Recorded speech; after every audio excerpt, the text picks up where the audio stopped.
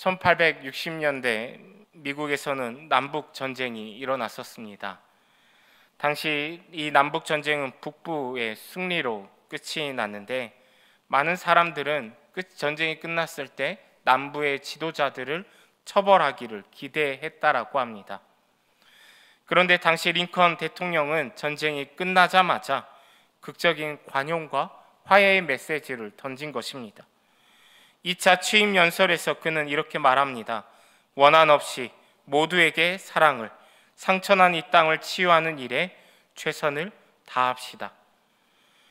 링컨의 이 말은 진심이었습니다. 그래서 남쪽 병사들과 지도자들을 죄인으로 다루기보다는 같은 미국인으로, 한 미국인으로 품기를 원했던 것입니다.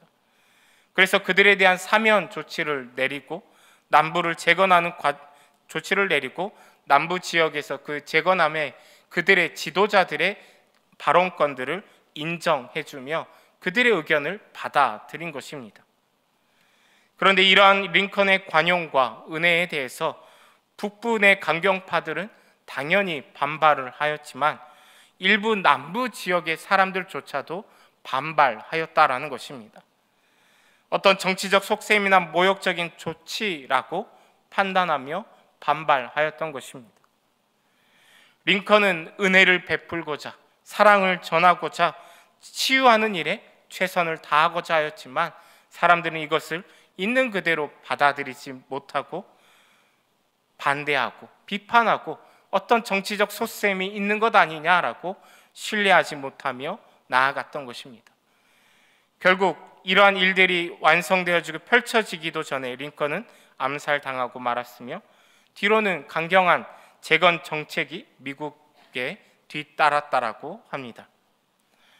이러한 진심 어린 은혜가 항상 믿음으로 받아들여지는 것은 아니라는 것을 우리가 알 수 있습니다. 때로는 은혜가 오해가 되고 불신이 되고 거절되기도 하며 링컨이 남부로 품고자 했을 때 그의 손길을 경계하고 비난한 이들이 있었던 것처럼 은혜가 받아들여지지 않는 것입니다. 그리고 이러한 오해와 불신은 오늘 말씀 가운데서도 또 한 번 나타나고 있습니다. 암몬 왕 나하스는 사울 당시에는 이스라엘의 대적이었습니다. 사무엘상 11장 말씀에 보면 암몬 왕 나하스가 길르앗 야베스를 포위하고 언약을 맺고자 하는 길르앗 야베스 사람들의 말을 무시하고 협박합니다. 그때 사울이 암몬 왕 나하스로부터 길르앗 야베스를 구원해낸 것입니다. 이처럼 사울 왕과 암몬 왕 나하스는 서로 대적이었습니다. 그런데 사울을 이어서 왕이 된 다윗은 보면 암몬 왕 나하스와 좋은 관계를 맺고 있었던 것으로 보여집니다. 특별히 오늘 보면 2절 말씀에서 다윗은 한운의 아버지 나하스가 자신에게 은혜를 베풀었다라고 설명합니다. 그렇게 자신이 은혜를 받았기에 이제 자신도 은혜를 베풀어야 된다라고 이야기하는 것이죠. 그러나 우리가 정확하게 다윗이 암몬 왕 나하스로부터 어떤 은혜를 받았는지는 알 수가 없습니다. 추측해 볼 때 다윗이 사울을 피해 도망하던 때 혹은 지금 이스보셋과 대치하고 있을 때 암몬 왕 나하스로부터 은혜를 입지 않았을까, 어떤 도움을 받지 않았을까 생각해 보게 되는 것입니다. 어찌됐든 다윗은 암몬 왕 나하스로부터 은혜를 받았고 이제 그 은혜를 베풀고자 합니다. 그래서 암몬 왕 나하스가 죽었다라는 소식을 듣고 신하들을 보내 고인에게 조의를 표하게 한 것이죠.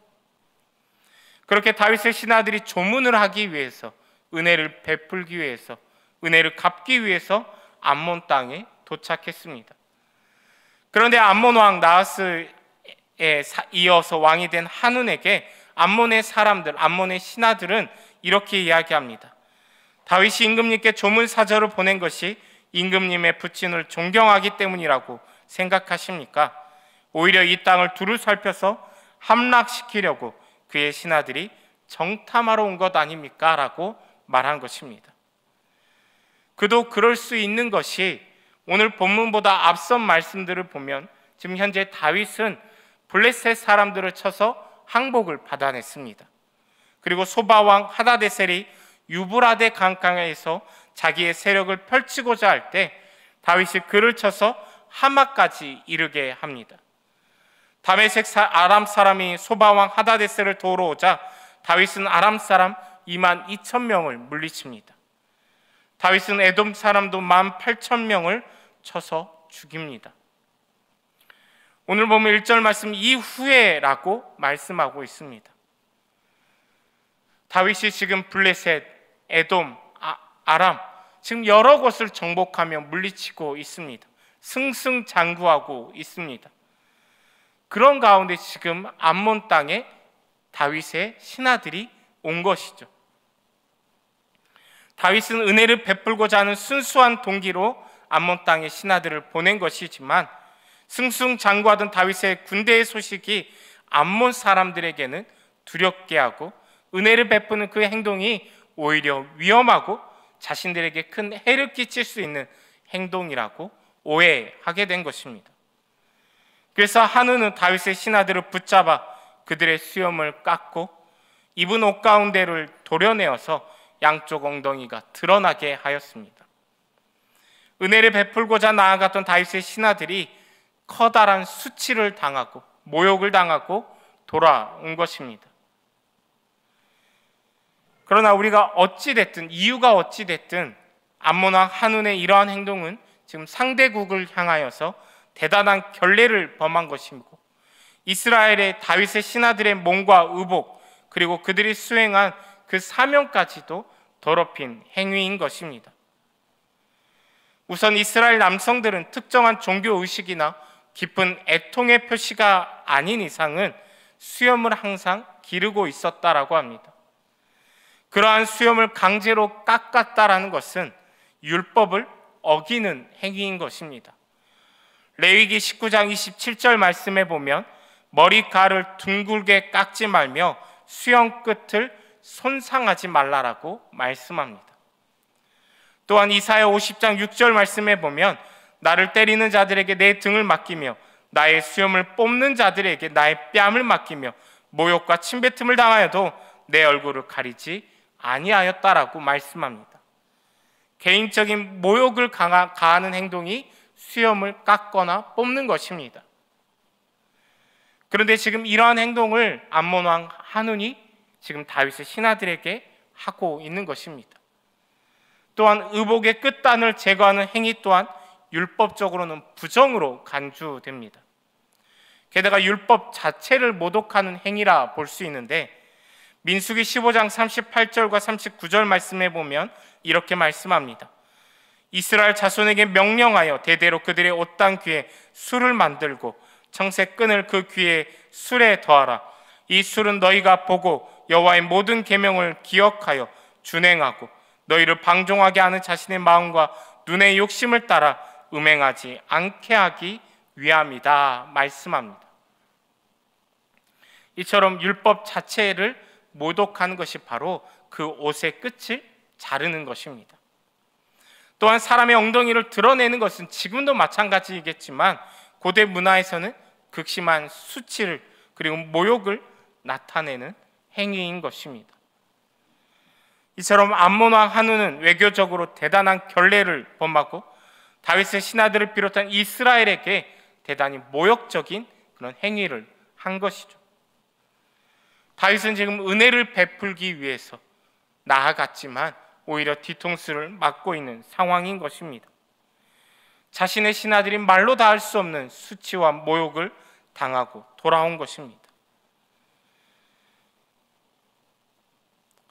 그런 상황 가운데 다윗은 먼저 전쟁을 일으키고 복수하거나 이 모욕을 갚기 위해서 나아가기보다 신하들의 수치를 먼저 가려줍니다. 그래서 수염이 자라기까지 여리고에 머물다가 돌아오라라고 신하들에게 말한 것입니다. 그리고 이 일로 인해서 암몬 사람들이 먼저 스스로 깨닫기를 자신들이 다윗에게 미움이 된 줄 안 것이죠. 그래서 전쟁이 일어날 것이다 예상하며 미리 아람 나하라임과 아람 마아가와 소바에 은 1000달란트를 보내어서 보병과 병거와 마병을 고용한 것입니다. 돈을 주고 용병을 구한 것이죠. 전쟁에 대비하는 것입니다. 그렇게 암몬은 병거 32,000대를 빌리고 마아가 왕과 그의 군대를 고용하여서 이제 암몬과 아람 연합군이 함께 전쟁을 준비하고 메드바 앞에 진을 칩니다. 암몬 왕 한우는 분명 자신이 다윗을 믿지 않았습니다. 물론 그렇게 생각할 수밖에 없는 지금 현재의 상황이 펼쳐져 있지만, 이것이 이해도 되지만, 그러나 어찌됐든 은혜를 베풀기 위해 나온, 받은 은혜를 갚기 위해 조문을 하기 위해 온 다윗의 신하들을 신뢰하지 못해서 혹은 오해하여서 자신들의 땅을 정탐하러 온 것으로 보고 전쟁까지 치르는 이런 상황에까지 이른 것입니다. 그런데 이런 비슷한 모습들을 이스라엘 또한 과거에 행했다라는 것을 볼 수 있습니다. 특별히 하나님께서 이스라엘과 가나안 땅을 약속하셨습니다. 창세기 12장에서 보면 여호와 하나님께서는 아브라함을 부르시며 12장 1절 말씀에서 너는 내가 내게 보여줄 땅으로 가라 말씀하셨습니다. 하나님께서 땅에 대해서 분명하게 약속하셨습니다. 그리고 12장 7절 말씀에서 여호와께서 아브라함에게 나타나 이르시되 내가 이 땅을 내 자손에게 주리라 말씀하십니다.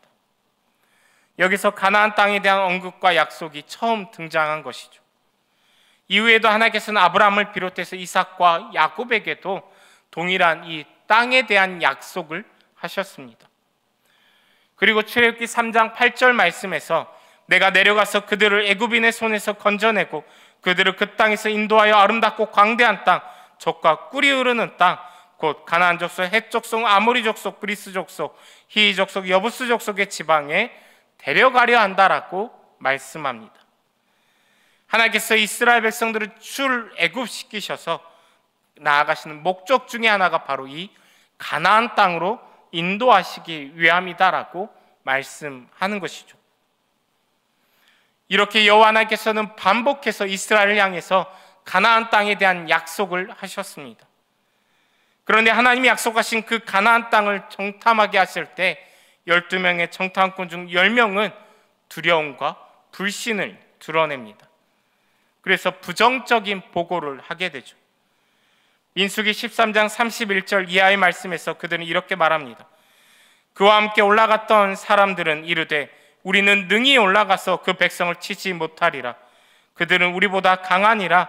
이스라엘 자손 앞에서 그 정탐한 땅을 악평하여 이르되 우리가 두루다니며 정탐한 땅은 그 거주민을 삼키는 땅이요 거기서 본 모든 백성은 신장이 장대한 자들이며 거기서 네피림 후손인 아낙 자손의 거인들을 보았나니 우리는 스스로 보기에도 메뚜기 같으니 그들이 보기에도 그와 같았을 것이다.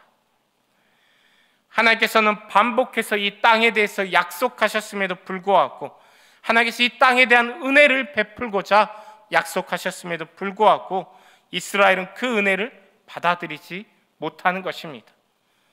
오히려 불신하며 우리는 들어갈 수 없습니다. 우리는 메뚜기와 같습니다. 그들도 그렇게 볼 것입니다. 이렇게 이야기하는 것입니다. 그러면서는 애굽 땅에서 차라리 죽었던 것이 더 나았을 것이다. 이렇게까지 이야기하며 애굽 땅으로 다시 돌아가자, 한 지휘관을 세우라, 이렇게 말하는 것입니다. 결국 여호와 하나님께서는 이 백성이 어느 때까지 나를 멸시하겠느냐, 내가 그들 중에 많은 이적을 행하였으나 어느 때까지 나를 믿지 않겠느냐 말씀하십니다. 하나님께서 많은 이적을, 많은 은혜를 베푸셨음에도 불구하고 이스라엘은 그것을 믿지 못하고 믿음으로 받아들이지 못하고 불신하고 오히려 애굽에서 죽는 편이 차라리 낫다라고 이야기하는 것입니다. 그리고 이러한 일로 인하여서 광야 40년 생활을 이스라엘은 보내게 되죠. 출애굽을 경험하고 홍해를 건너는 등 하나님의 은혜를 경험하였으나 불신앙을 보였던 사람들은 결국 전부 광야에서 죽고 말았습니다. 지금 암몬 왕 한운 또한 은혜를 망각하였습니다. 다윗을 불신하였습니다. 그 결과로 전쟁을 일으키는 데까지 이르게 된 것이죠. 한우는 막대한 돈을 투자해서 용병을 구하기까지 하였습니다. 다윗의 나라가 급부상하기에 블레셋과 에돔 등 주변 나라들을 크게 무찌르기에 다윗을 경계하는 것이 암몬 왕 한운의 입장에서는 어찌 보면 당연하겠지만, 그렇지만 불신으로 인해 외교적 결례를 범하고 모욕을 주는 것으로 스스로 광야에서 죽게 만드는 그런 이스라엘의 모습과 동일한 행동을 하고 있다라는 것입니다. 요압의 군대가 아람 군대 앞으로 나아가니 아람의 군대는 요압 앞에서 도망합니다. 암몬 군인들은 아람의 군인들이 도망간 것을 보고서는 그들도 요압의 아우 아비새 앞에서 도망하여 성으로 들어가 버립니다. 이렇게 너무나도 쉽게 아람 연합군과 암몬은 다윗의 앞에서 패하고 도망하기에 이르게 되는 것입니다. 아람 사람은 자신들이 패한 것을 보고는 소바왕 하다데셀에게 사신을 보내어서 도움을 요청합니다. 그렇게 소바왕 하다데셀도 이 전쟁에 뛰어들지만 다윗의 군대 앞에서 그들도 도망하게 됩니다. 그리고 군대 지휘관 소박 또한 죽임을 당하고 말죠. 그러자 소바왕 하다데셀은 즉각 태세를 바꾸어서 암몬 사람들과는 관계를 끊어버리고 다윗과 화해하며 이제 다윗을 섬기겠노라고 약속합니다. 이처럼 암몬 왕 한운의 다윗의 은혜에 대한 불신과 오해로 말미암아 암몬과 이스라엘의 전쟁뿐만 아니라 아람 연합군까지 이 전쟁에 끼게 되고 소바왕 하다데셀까지 참전하는 큰 전쟁으로 발전하였습니다. 그리고 다윗의 승리로 인해 암몬은 연합군과의 관계 또한 무너지고 홀로 고립되어지는 그런 상황에 처하게 된 것입니다. 세계적인 석학이며 스탠퍼드 대학교 국제학 연구소 정치학 교수인 프랜시스 후쿠야마는 그의 책 신뢰라는 책에서 상호 신뢰에 대해서 이야기를 하는데, 번영하는 모든 사회의 으뜸가는 덕목이 무엇이냐? 상호 신뢰라고 이야기하였습니다. 불신이 팽배한 사회에서는 경제 거래가 어렵고 정쟁이 잦아 높은 사회적 비용을 지불합니다. 국가 간 불신 때문에 지불하는 천문학적인 국방비 역시 엄청난 것이죠. 하지만 그 어떤 사회적 비용이나 군사 비용도 하나님을 불신해서 지불해야 할 대가와는 비교할 수 없다라고 봅니다. 우리가 하나님을 믿지 못하면 엄청난 대가를 지불해야 하는 것이죠. 앞에서 말한 이스라엘이 바로 그러했고 다윗 또한 마찬가지였습니다. 다윗이 점점 강성해지며 다윗의 나라가 승승장구할 수 있었던 것은 오직 여호와 하나님께서 그와 함께 하시기 때문에 가능한 것입니다. 그래서 사무엘하 5장 10절 말씀 이렇게 고백합니다. 만군의 하나님 여호와께서 함께 계시기에 다윗이 점점 강성하여지니라. 사무엘상 18장 14절 말씀 또한 다윗이 그의 모든 일을 지혜롭게 행하니라 여호와께서 그와 함께 계시니라. 하나님이 다윗과 함께 하시기에 다윗이 지혜롭고 하나님이 함께 하시기에 다윗이 점점 강성하여 가는 것입니다. 그런데 다윗 또한 여호와 하나님을 불신하는 일을 행한 것이죠. 다윗이 하나님을 신뢰하지 않고 인구수를 조사한 것입니다. 요압조차도 이를 만류하지만 다윗은 인구조사를 강행하였습니다. 다윗이 강성해져 가고 다윗이 전쟁 가운데 승승장구할 수 있었던 것은 하나님이 함께 계시기에 하나님으로 말미암은 것인데, 그것을 신뢰하지 못하고 사람 수를 의지하고 사람 수를 헤아리고 있었던 것입니다. 하나님을 믿지 않은 다른 나라들과 똑같이 행하고 있는 것입니다. 결국 이 일로 인하여서 3일 동안 전염병이 퍼지고 7만 명이 죽임을 당합니다.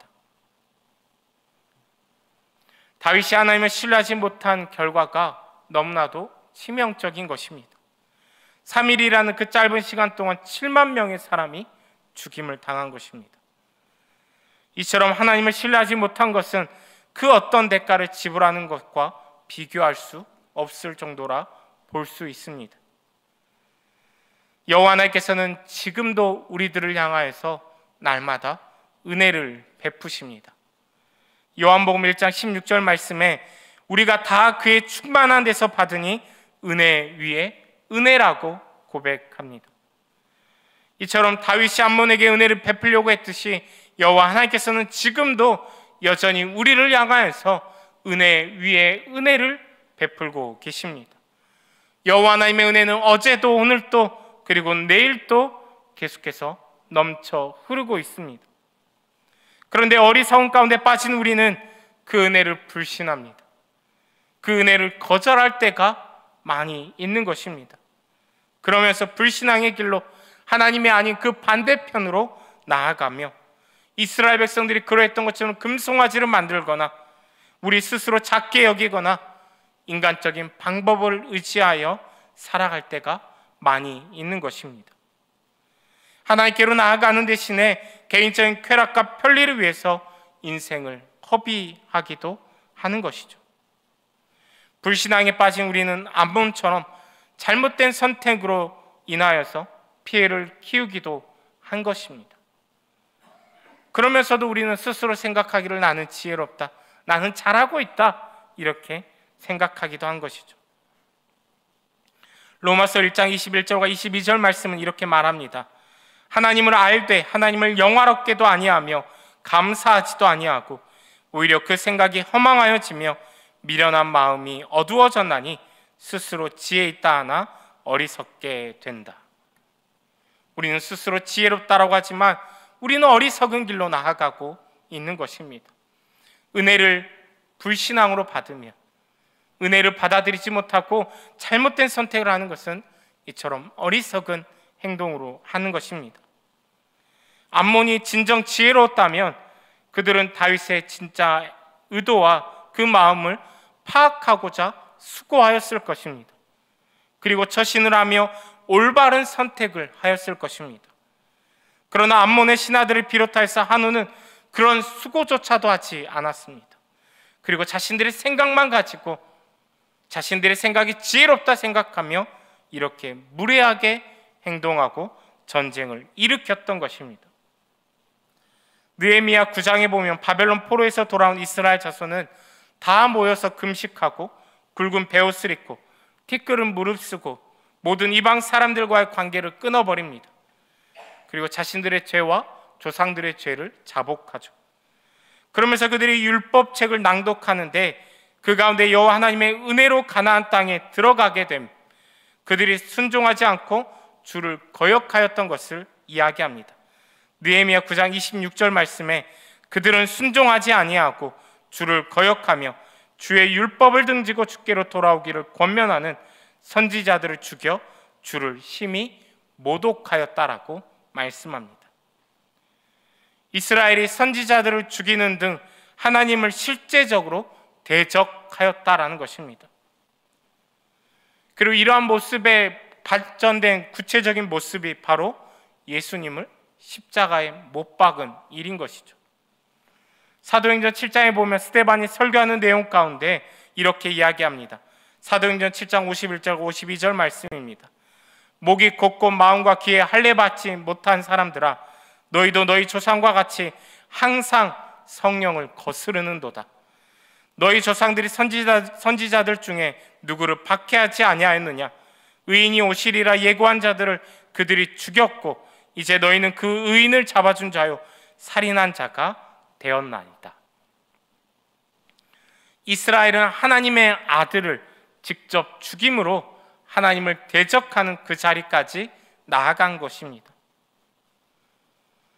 오늘날 우리 또한 불순종, 불신앙으로 이처럼 하나님을 거부하고 하나님께 도전하여서 싸우려고 하는 그 자리에 설 수 있다라는 것입니다.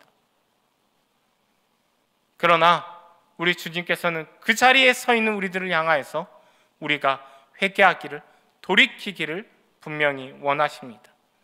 다윗 또한 인구조사를 하는 등 불신앙을 보였지만 전쟁에 나가지 않고 밧세바를 범하는 죄까지 저질렀지만 그러나 그의 회개를 통하여서 다시 하나님의 은혜 가운데로 나아갈 수 있었습니다. 호세아 6장 1절 말씀 이렇게 말씀합니다. 오라 우리가 여호와께로 돌아가자. 여호와께서 우리를 찢으셨으나 도로 낫게 하실 것이요 우리를 치셨으나 우리를 싸매어 주실 것이다. 여호와 하나님께서는 우리가 돌아오기를 기다리십니다. 우리가 은혜를 믿음으로 받지 못하고 불신앙하고 불순종하며 하나님을 대적하기까지 하였을지라도 주님은 우리가 돌아오기를 원하십니다. 요엘 2장 13절 말씀 또한 이렇게 말씀합니다. 너희는 옷을 찢지 말고 마음을 찢고 너희 하나님 여호와께로 돌아올지어다. 그는 은혜로우시며 자비로우시며 노하기를 더디하시며 인애가 크시사 뜻을 돌이켜 재앙을 내리지 아니하신다. 하나님께서는 여전히 우리를 기다리십니다. 우리에게 여전히 은혜를 베풀어 주십니다. 우리는 주님의 그 은혜 앞에 불신앙과 불순종이 아니라 주님만을 신뢰함으로 나아가야 하는 것입니다. 주님께서는 거저 주시는 은혜를 베풀어 주시지만 그 주님을 대적하는 우리를 향하여서도 용서해 주시는, 우리가 돌아오기를 바라시는 은혜를 베풀어 주십니다. 그 은혜 앞에 우리는 돌이켜야 하는 것입니다. 그 죄 가운데 내가 어떻게 염치가 있지? 내가 어떻게 돌아서겠어? 내가 어떻게 하나님께 나아가겠어? 내가 어떻게 하나님께 기도하겠어? 이렇게 계속해서 불신앙, 불순종이 아니라 주님께로 나아가는, 주님께로 돌아서는 그 삶을 살아내야 하는 것입니다. 또 오늘 본문 말씀 가운데서 다윗은 암몬과 아람 연합군의 전쟁을 준비하고 있다는 소식을 듣고 요압에게 나아가게 합니다.